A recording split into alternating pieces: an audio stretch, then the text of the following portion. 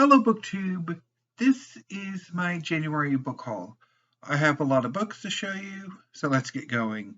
So the first two books I got with some Christmas money, and I found myself at the beginning of the month trying to figure out what I wanted to buy with it. I knew it was going to be books, but I didn't know what books. So there were two cookbooks I had my eye on. There were some manga that I had my eye on. There was a mix of fiction and some poetry that I was contemplating, and there were a few works of history that I wanted. I quickly discarded the fiction and poetry, or had already got a pretty sizable manga haul, regardless of whether or not I added to it. So mangas I set aside. And the history, even though I didn't use my Amazon gift card to buy them, I did go ahead and buy them anyway. So I ultimately decided to go with the two cookbooks, both of which are relatively, or they are expensive, and so I probably wouldn't have bought them if I didn't have the gift card. So the first one is one that I have wanted for a while, and I'd been toying with picking up when it was first released, and that is The Big Texas Cookbook by the editors of Texas Monthly. So this is a cookbook that looks at Texas cuisine and features a number of Texas cuisine recipes. It's mostly Tex-Mex and some barbecue, with a few examples of seafood, some desserts, and I'm quite pleased with it. There are some recipes that I'm not entirely sure I would ever actually make, but and I'm a bit disappointed that there isn't a German chocolate cake recipe in here, since German chocolate cake was invented in Texas, but it does include a Texas sheet cake recipe and a banana pudding recipe that I definitely want to try. And also there's a cobbler recipe that looks amazing. Or two cobbler recipes, but yeah, that definitely I'm like, yes. And also there's a cheese dip recipe, which I never actually, or a queso recipe, which I never quite seen. I do like some queso, so yeah, happy to have it. And I also picked up one of the big cookbooks. This is the Essential New York Times Cookbook, edited by Amanda Hesser. This is the 2021 edition. I had long wanted the 2010 edition, but when I saw this, I knew I had to have it. It is gorgeous. It's this greenish turquoise with the New York Times thing. It's amazing. And I've looked into the cookbook, and yeah, it's so many recipes. It's awesome.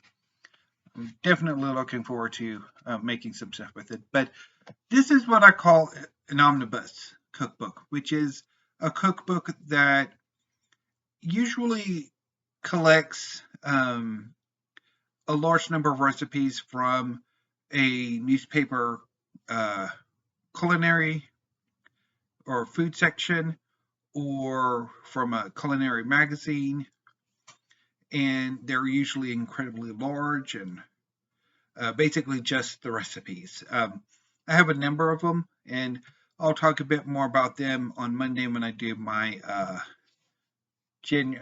my 2023 library tour, which will be starting on Monday, since I'm doing my book haul today, or this evening. So put these two aside. Moving on to the poetry and fiction. I got 2 volumes of poetry and 3 novels. So from, I think it was Hippo, I picked this up. This is Collected Poems by George Seferis. translated by Edmund Keeley and Philip Sherrard. I've been wanting to read George Seferis for a while now, ever since I read Greece Biography of Modern Nation by Roderick Beaton. And I had been thinking about picking this book up from Princeton University Press, but I saw a,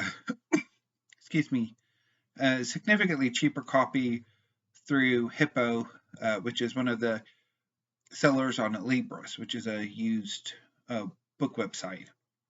And so I picked it up from there, and it came in this morning, which is largely why I'm doing my book haul today. I also picked up El Dorado by Peter Campion. This came from Majors and Quinn, another bookseller who uses Libris, although Majors and Quinn is slightly more expensive than Hippo. I've been looking forward to finishing off my Peter Campion collection, and I now have them, so I will be reading this shortly. Maybe I might read all of Peter Campion in one go. I don't know. We shall see. And now moving on to the fiction. All three of these came from Hippo through Libris again, and they are all books for my 10 contemporary classics I must bill redeem. First up is Everything is Illuminated by Jonathan Safran Foer. This is a novel about a young man going to Eastern Europe to explore his family's history. I first read it in, technically I first bailed on it in 2006 in the airport of San Francisco. I don't quite remember the proper name of San Francisco's airport. I don't think it's San Francisco International, but I was in the terminal waiting for the flight to go, for them to open so I can go in and come back home. But yeah, did not particularly care for it, but let's see if my first reading was accurate. So many decades, more than half a decade, more than 15 years later. Next up is The Blind Assassin by Margaret Atwood, which is about, I want to say, two feuding sisters, one of whom was involved in science fiction. I picked this up in, probably would have been 2003 or 2000. I want to say it was 2003, maybe late 2002, but certainly I think it would be 2003. And I bailed on it relatively quickly. But it's well past due for a bail redemption. And also Duck's Newburyport by Lucy Ellman, which I read in, or bailed on in 2019. No, 2020. No, it was 2020. Because it was shortly before the pandemic, because my mom went to an appointment, and I took this along and read the first few pages and bailed on it. But I've been wanting to bail redeem this book for a while, so I now have it, and well, this will be making a comeback in March for March of the Mammoths, because it's massive. If I don't get to it before then in my library tour. But anyway, so I now have Duck's Newburyport. This is the next library copy from Cuyahoga County Public Library. Okay, moving on to history, which I got quite a few works of history. And also from Hippo Books through Libris, I picked up two works by Alison and Weir, two biographies. The first is The Life of Elizabeth I. And I also picked up Eleanor of Aquitaine.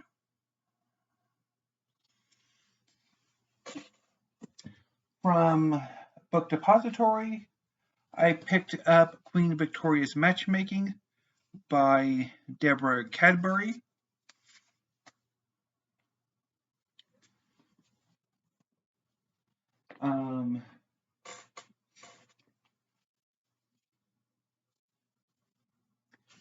So the three works of history that I was thinking of picking up when I went with the two cookbooks are Eagle Against the Sun by Ronald H. Spector.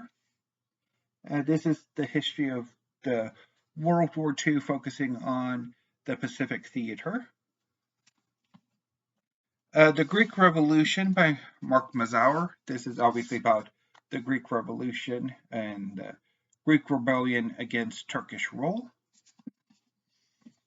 And The Mongol Storm by Nicholas Morton. This is about the Mongols. I also picked up, and all those three were from Amazon, as are, well, the next three. This is Heart of Europe by Peter H. Wilson. This is a history of the Holy Roman Empire. I have a sweet tooth for the Holy Roman Empire, and quite happy to have this. There are a number of other works on the Holy Roman Empire I would like to pick up as well, but quite happy to have this. And I want to say this might be a candidate for March of the Mammoths. So, yeah, I get to this sooner than not. I also picked up two new releases for January. The first is, although I did not pre-order this one, Tudor England by Lucy Wooding. This is a massive history of England during the Tudor dynasty, which I've heard some good things about. And I also pre-ordered Pharaohs of the Sun, The Rise and Fall of Tutankhamun's Dynasty by Guy De La Bedoyere. I'm pretty sure I butchered the name. This is a history of the 18th dynasty, who formed the Egyptian state after the Second Intermediate Period, and were basically its first dynasty in the New Kingdom. So definitely looking forward to reading this, and Pharaohs of the Sun will be showing up in a few minutes when I do my weekly reads, because this will be the first book I read in February, hopefully. Everything going according to plan. And from Princeton University Press, they have a sale on, not their big sale, but a little one. I'm thinking the big sale should be sometime in February, but I decided to go with their 30% off sale and pick up The Scythian Empire by Peter I. Beckwith. Quite happy to have it, and it got to me pretty quickly. Sometimes Princeton's, like ordering from Princeton takes a little while, but this time it came fairly quickly, so happy about that. And now moving on to the manga.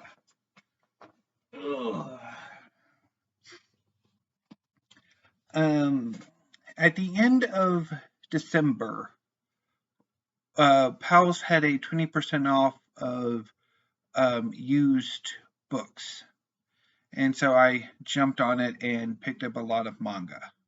At least I think they had a sale. I might have just bought them anyway. It's entirely possible. I did. But I picked up 7 volumes from Powell's. First up is Naruto Volume 6 by Masashi Kishimoto. I also picked up 3 volumes of My Hero Academia by Kohei Horikoshi. This is Volume 9.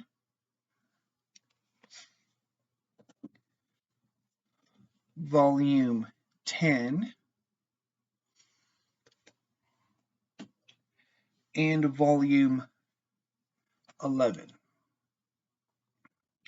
And I picked up 3 volumes from, or 3 volumes of The Seven Deadly Sins by Nakaba Suzuki.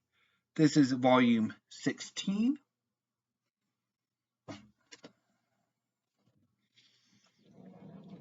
17,